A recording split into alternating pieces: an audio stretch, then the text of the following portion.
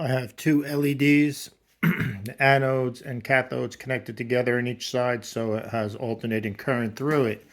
One lights than the other lights. Okay, this is going through the coaxial cable transformer. Okay, starting at 100 hertz, alternating current through a function generator, low power.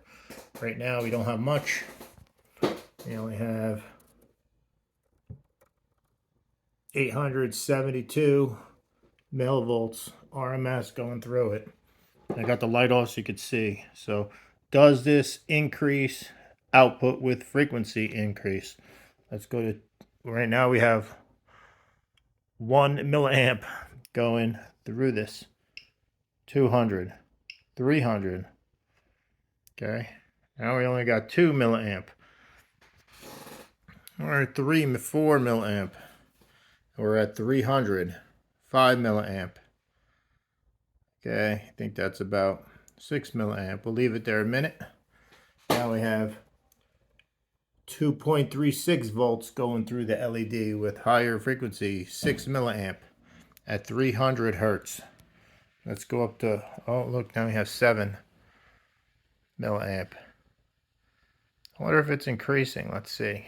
Give it a minute. Okay, anyway, let's go to 400. 400. Now we have 15, 16 milliamp, 17 milliamp. We have 2.82 volts going through the LED. 19. Okay, let's go up to 500. 500. Now we have 27, 28. Okay, now we have 3.08 volts going through the LEDs. 29 milliamps. Let's go up to 600. We went up to 35. Now we have 322. Let's go up to 700. 39 milliamps. 329. 40 milliamps. 800. 42 milliamps. 900. 44 milliamps. 1 kilohertz. 45. Now let's jump to kilohertz. 2 kilohertz. 49. 3 kilohertz.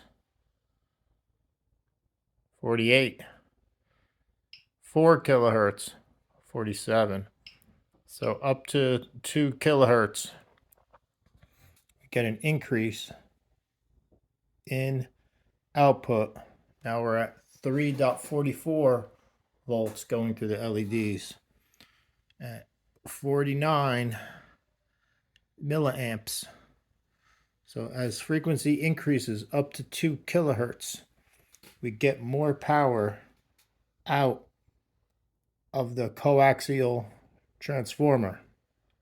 Join the forum in the description.